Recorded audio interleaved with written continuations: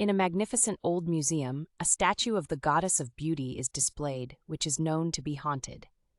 It is said that anyone who looks directly into his eyes will suffer an unfortunate fate.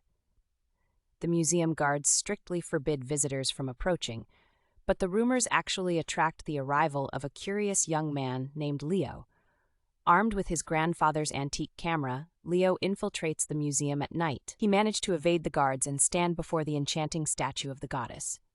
Even though he was afraid, he was determined to photograph the statue from close range, right in his eyes.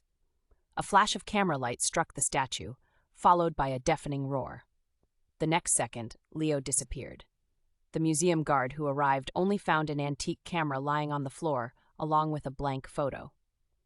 Leo wakes up in an alien world, filled with fantastic creatures and surreal landscapes.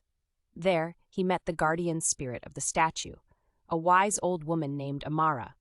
It turns out that Amara is trapped in a statue due to a curse, and Leo's photo is the only hope of freeing her. Together with Amara, Leo goes on a dangerous adventure. They pass through a forest guarded by illusion-eating trees, defeat the dragon guarding the labyrinth of time, and solve the riddle of the Temple of the Sphinxes.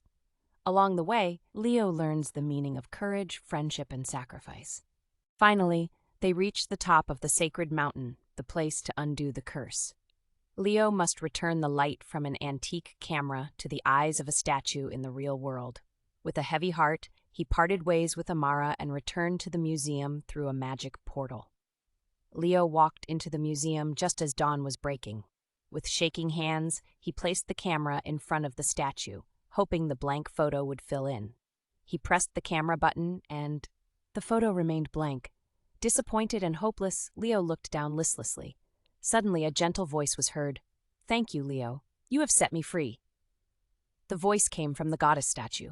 The curse disappears, and the statue transforms into the beautiful, shining figure of Amara. However, Leo's happiness is short-lived. Amara explains that as a freed spirit, he must return to the afterlife. With tears in his eyes, Leo said goodbye.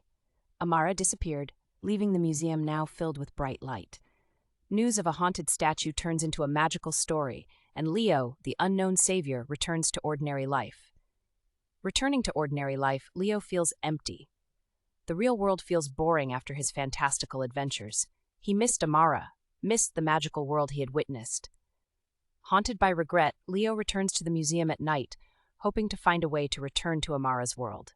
One night, he saw a statue of a goddess glowing faintly. Driven by curiosity, he touched the statue. Suddenly the world spun and Leo disappeared. However, this time he did not appear in Amara's world, but in a dark and silent afterlife. Amara's spirit greeted him sadly.